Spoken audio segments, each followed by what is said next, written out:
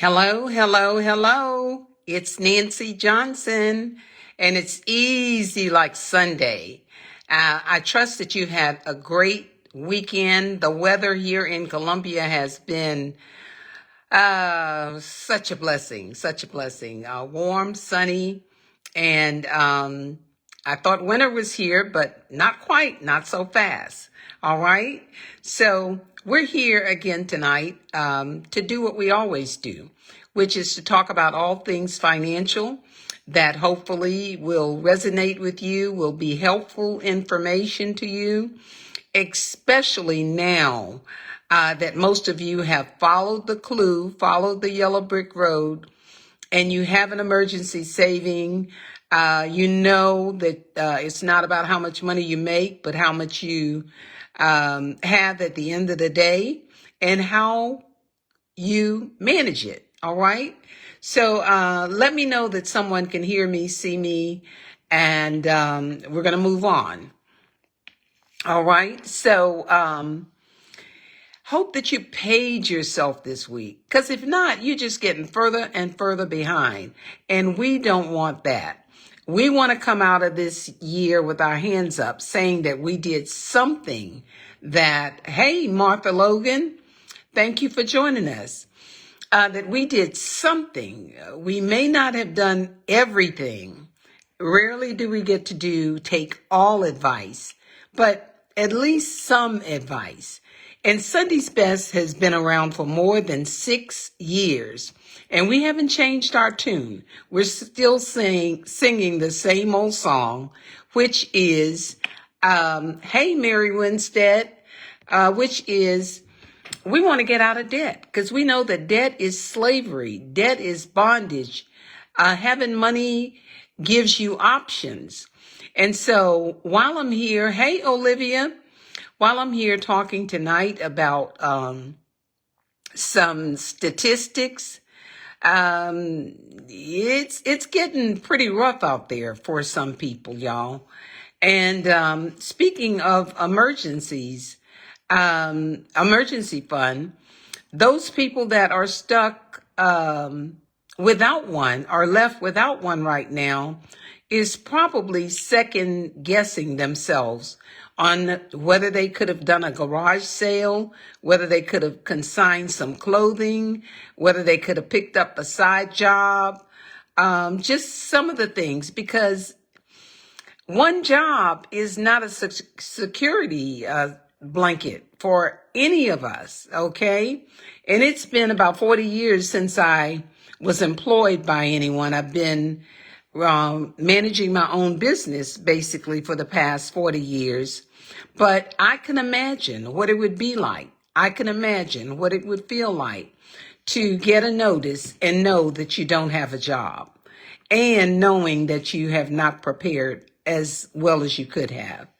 So what you see tonight, we're going to talk about what you see ain't always what you get. What you see, hey, Lavinia, what you see in Gloria Moore is not always what you get. So some people specialize in pretending. It's easier for them to pretend rather than be their own self, okay? And use their own gifts to make things better. So they said, I'll just pretend. Nobody will know. And you know, it's easier now than ever with social media, keeping up a social appearance that you have it all together. And you know what? You shouldn't walk around with a long face, but you should have a long list of things that you can do to improve your situation. So what people have is sometimes not even, as they say, not a dime or a penny to their name, but you wouldn't know it because they're really good at pretending. So I'm going to ask a couple of questions tonight, as I always do. Why are so many Americans in lack? Why are so many of us struggling? Why are so many of us living paycheck to paycheck, and not quite even that. Bottom line, why are most Americans broke? You're not a minority if you're broke right now in America. So why are so many Americans broke? We're going to talk about that tonight because it ain't always what it looks like. All right. Question number 2, what have you learned from the executive order plans that have been rolled out this year? What have you learned? I'll tell you one thing that I've learned is there is no more job security. So when you know that, you prepare, just like if you know you're going to get a hurricane 4 or 5, or even before they start talking it up to a 5. If you live in certain areas, you're going to board up, or you're going to go to a safer location because you don't want to get caught in the eye of the storm. Well, some people are experiencing stormy waters right now, and some people are going to get caught in the eye of the storm for certain reasons. Remember, we talked about change, choices, and consequences. Well, I'm seeing some of those things come together. And some people know when they need help. I got a call from someone, and they reached out for help, and I'm going to do my best to help them. But in the conversation, they're paying almost, I think it's like $480 a week to stay in a hotel. And they've been doing that for nearly 2 years. That's a lot of money a week. $480 a week for a hotel room. All right. So, but when you know that, you can't keep doing that the rest of your life, and you reach out, I have a plan that I'm going to try to work with them, and not only them, but there's so many students, so many people with student loans, and we're going to talk about that a little bit tonight. So the first question was, why are so many Americans in lack, struggling financially, living paycheck to paycheck? Why are so many Americans flat broke? Number 2, what has the plan 2025 taught you? Number 3, are you as secure are you as secure as you were a few years ago when you thought you could see the light at the end of the tunnel? Are you as comfortable that your finances that you have will be what you need to live the kind of life that you deserve to live, that you've worked so hard for? Number 4, will you find a way? Will you figure out a way to get deeper in debt this big holiday season? Or will you have some restraints? Will you go deeper? Or will you finally wake up and see all the things that are being signed into law that are not supportive of increasing your income necessarily? There may be some good in it for some of us, and not so much for others. Other people are going to be hurting, and some are going to be hurting really bad when it comes to health insurance and to some of the benefits of the programs. All right. Number 5, can you or will you say no to some of the holiday spending? Did you know that the average person, the average spent this holiday season is at least $1,000? And if there are 4 people in the family, it goes up for 4 people for $2,600 to $3,600 on gifts, on food, and on Christmas decorations. Now, that's a lot of money, especially if you can't cover a $500 or a $600 emergency. All right? So we got to wake up. We got to wake up. That's why America is so broke. We're going to sleep. We're being lulled to sleep by trying to be somebody that we're not. Trying to influence other people instead of just being you and digging you out of the hole. Okay? Minding your own business, as the topic for Sunday's Best is minding your own business. So tonight we're going to share some of the facts about why people keep stirring in the same pot, why people keep digging in the same hole, why people keep getting broker and broker, and why they keep going down the same path, knowing that they've been down that road before. It's deja vu, and they know what the end is going to be. You know, if you spend more than you make, you're going to be broke. Nobody has to educate you on that. So again, what you see ain't always what you get. What you see isn't always the real thing. So America is broke. Some Americans are broke. America's still supposedly the land of the free, but when you are bound, super bound, overbound, head over heel in debt, you're not free. You may live in America, but there are a lot of broke people here. So let's talk about a couple of things. Number one on this list, did you know that 1 out of 8 people are SNAP recipients? 1 out of 8. 1 out of 8. If it ain't you, look behind you. The 8th person, it's going to be them. All right? So, the SNAP program, food stamps, programs for the elderly, programs for those that are disabled. It helps with the rent.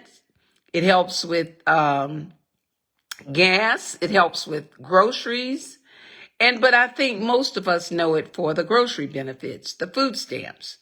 So think about it this way. There are people in need. And if you don't have a buffer, if you don't have 3 to 6 months worth of savings for your expenses, you can be one call, one email away from looking for SNAP benefits.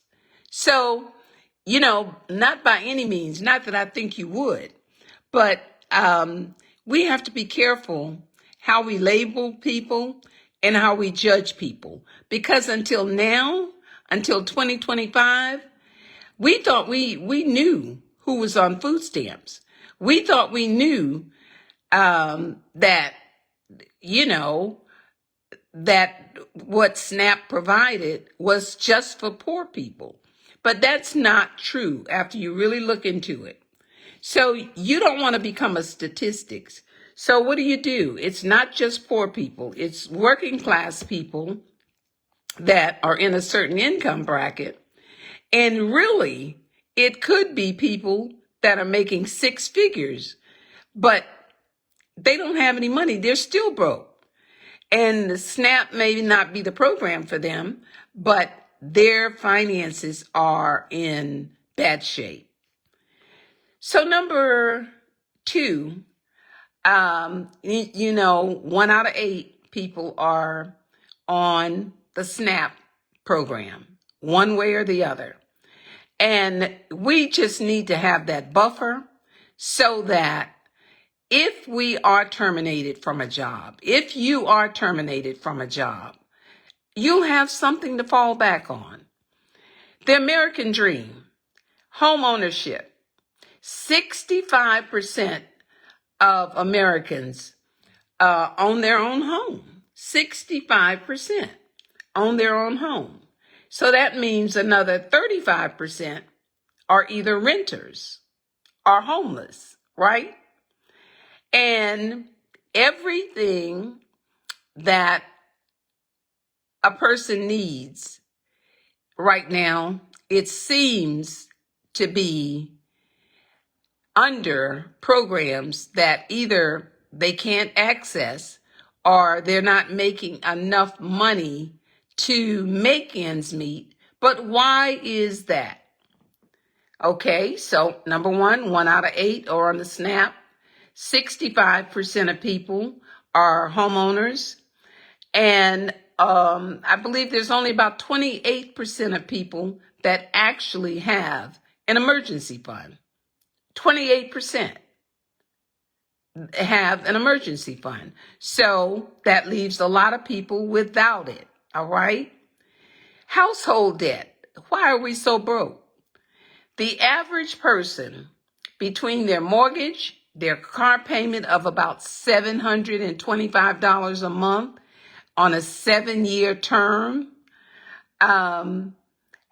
the average American, between the credit cards, the mortgage, and the car payment, they owe $63,000 a year in expenses. The average income is around $50,000. So do the math. If you have $63,000 worth of debt a year, but you only make $50,000, you're already in debt. You're already in too deep. So now, this holiday season, I want you to really think about it ain't always what it looks like. It ain't always what it looks like. People may look like they got it going on, but pay that no attention. Mind your own business, especially this year. What are you willing to sacrifice this holiday season? Who are you willing to say no to so that you can be on a strong footing for 2026? Because there's some things we're going to talk about in 2026, and I need you to listen and run with it so that you can increase your income so that you can have multiple streams of income. We're going to go there next year.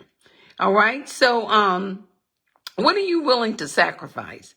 Who are you willing to tell no and mean it? Are you going to downsize your giving this year so that you and your family could be more stable? Here's another one. Hey, Vivian. Only 46% of adults, only 46% have 3 months saved. And with the thousands of people that are losing their job, they are one phone call, 1 month, 2 months, 3 months at the most away from needing SNAP benefits. They got to eat. They got to pay some bills. They got to stay warm. And so if you know all of this, you got to, when you get your paycheck, it's not enough just to get the paycheck. You got to give, you got to save, you got to spend, and you got to invest. You got to have those 4 pots ready, or those 4 envelopes ready, so that you can make a deposit. Because if you don't pay yourself, if you don't save, if you don't give, you're just not going to ever have enough. You're going to always be in lack. You're going to be broke and you're going to be broken. All right? So time for you to get control of your money, because if not, your money will control you. And one thing that's bothering me now more than before, let me just say, I'm not a college graduate, and I don't regret that. Anybody that has got a degree, congratulations to you. But here's what I'm finding more and more. College is no longer the savior for your finance. College is no longer the best path to wealth, according to statistics. Here's why. Here's one of the reasons why. A lot of people don't think through what they are going to get a degree in and whether that is going to be sufficient, even enough to pay back the student loan. Example, facts are that a student loan, a tuition for a year is about $38,000. And if you are fortunate to graduate in 4 years, that's about $150,000. If it takes 5 years, when you come to see me about buying a home, you've got $175,000 in student loan debt that the way they used to count it, they don't count it that way anymore. And so what you got to think about is, if my job that I'm going to do, are going to be looking for pays $50,000, $60,000, and my student loan is, the biggest debt I got, and it's keeping me from even buying a home, then I got to rethink the path to wealth. Education is going to give you a big plus. It definitely is. But it's stopping so many people right now from being able to qualify for a first-time homebuyer loan. And that bothers me because they followed the path that they were told to follow. And in some cases, they get out with a master's degree or even higher, and they may get that 6-figure job, the first job. But think about it. You get out of college in 4 years, you're already in $150,000 worth of debt, and you can't buy a $150,000 home. Even if there were a couple available, there's a few. But, the average price of a home here in Columbia now is even $100,000 more than that. It's $250,000 or $270,000. So Americans are broke sometimes because it's not their fault, but how they have been taught. Hey, Martha. And so again, think about it. Sit down and really have a serious talk with yourself, with your children that are about to go off to college. Because, some parents sign for that student loan, and you sign for a student loan and you're trying to retire, and you got your child graduate, and that's really good. But if they're not making but $50,000, $60,000, they got to get an apartment. They got to get a car. They got to pay rent. Rent's on the rise. They can't afford to buy. That you co-sign, that debt is on you. So you've got $150,000 worth of debt. You may not have the degree, but you have the responsibility. So we got to be smarter. We got to wake up. Everything ain't always the way it seems. Number 6, the average American per person. Oh, I'm sorry. I went over that one. So number 7, high credit card debt. High credit card debt. We're now seeing delinquencies where the 14% of people are now being delinquent with their credit cards.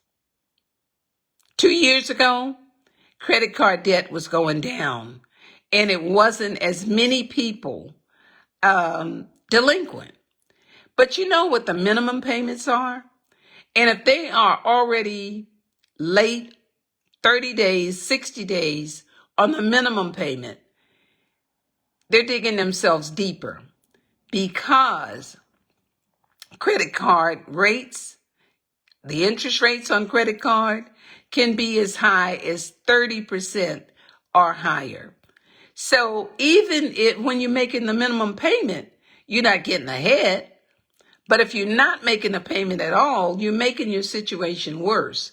Because when you come to me to get or go to a lender and talk to me about getting qualified to buy, if you're behind on your credit card debt, what lender is going to loan you $250,000 when you can't pay $15,000, when you can't pay $50,000? So that's another reason we're broke, is because we don't live within our means. The higher the interest rate, the deeper in debt you are. Number 9 reason, we talked about a car, and I got it wrong. I think I said it was 720. It's actually for a new car. They'll give you a 7-year payment plan, and that car payment will be $749 a month. You ever dreamed of a $749 a month car payment? Hey, Sophia Bradley, it's been a while. We haven't seen you. But think about it. When you're trying to put your life together, when you're taking out credit cards and when they want to increase your limits and when you agree, you've got to be thinking on your feet, and you got to wake up early in the morning to even stay even. All right. And so with the auto loan, you got to think about, is this the car that I need? Or is this the car that I want? Or is this the car that I desire? And Gloria Lukey says, interest on CDs are out of this world. Interest on CCs are out of this world. I'm not sure I understand, but anyway, let me know. I don't want to get it wrong. And Gloria Moore says, you never want to pay. Oh, interest rates on credit cards are out of this world. Okay, I got it. I just had to think for a minute. They are out of this world. Gloria Moore says, you never want to pay the minimum payment on a credit card debt. You should be trying to pay it off monthly. Think about what you're willing to give up. What can you do to squeeze even your utility bill? Right now, you should be saving a little bit, because it's not really hot and it's not really cold. And what if every day this month that meant that you spent $25, $20 a day on heating or air when you were spending $35? So you got $15 a day saving. Might be $100, $200 off of your normal bill. Who knows? All right. So that's mostly what I wanted to say to you tonight. You can have a car, and it could be a used car. You could have a home, and it could be a first-time home buyer, a first-time buyer. Or your desire. You may have to work up to your dream home. You may have to sacrifice for your dream car. You may have to have a smaller wedding. You may have to decide that your child, especially if they're not getting any assistance or scholarships, that they may have to go to another school or rethink what it is that they're going to school for. Because, it does matter when you're spending that kind of money. It does matter. All right. So credit cards can assist you in this season, but credit cards can destroy every single thing that you have learned, that I have shared, that you need to do, but you were doing them, but now you're in the holiday spirit. You're in the holiday spirit. And what they call the ABC stores, they say that they call them the spirit store in New England. And it puts you in a spirit when you drink too much that you don't remember what happened. And so let's not be in the holiday spirit and spend too much until you're asking, what had happened with my money that I saved for my emergency fund? And no matter how hard, how long, how much you save, something is going to break. I experienced that this week with my garage doors. And I have 3 of them. And I have to say, they've been good to me. 26, 27-year-old. It's probably time to, well, not probably, I'm going to have to replace it. But I had an emergency fund. And so those of you who know, garage doors are not cheap. So I'm likely talking a couple of $1,000s for sure. But anyway, I thank you all for listening. And thank you, Vivian. She says it's a great lesson. Gloria Lukey, you got me right. Credit cards. When I saw CC's high rate, I thought, oh, CDs.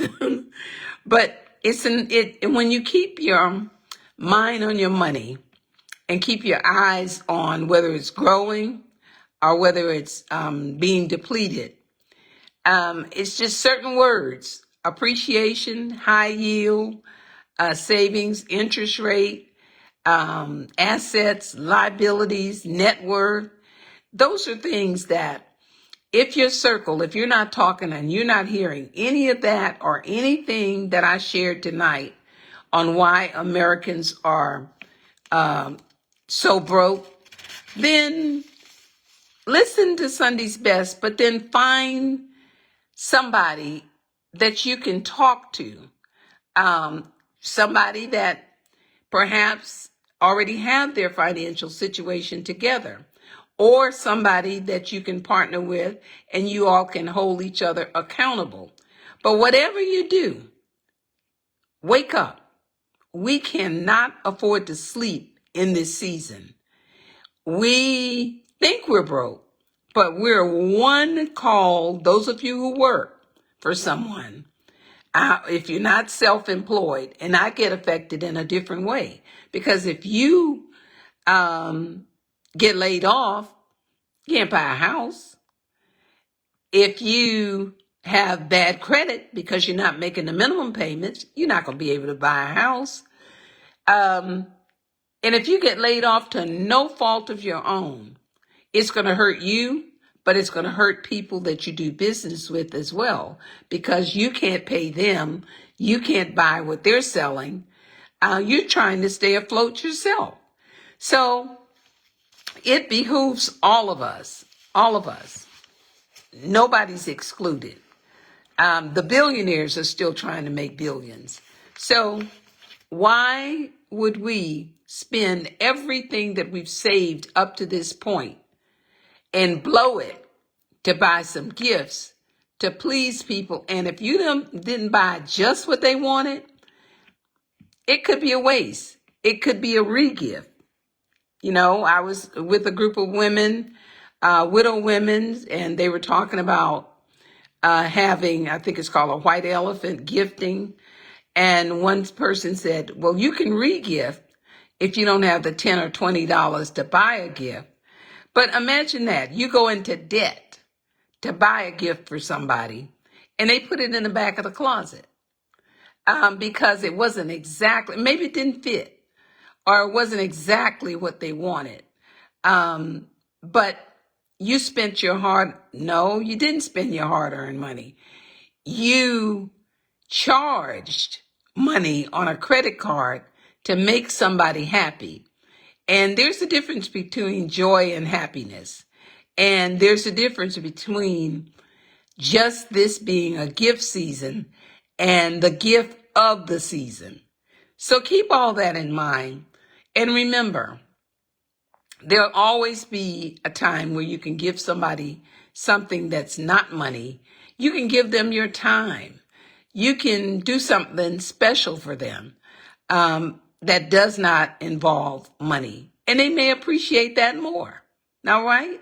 So have a good night. have a good life, and remember, things ain't always the way they look. People will go out of their way to pretend to be somebody they're not. But don't worry about it. Mind your business. Have a good night. Have a good life. In fact, have a great Thanksgiving and have $1 million life. Good night.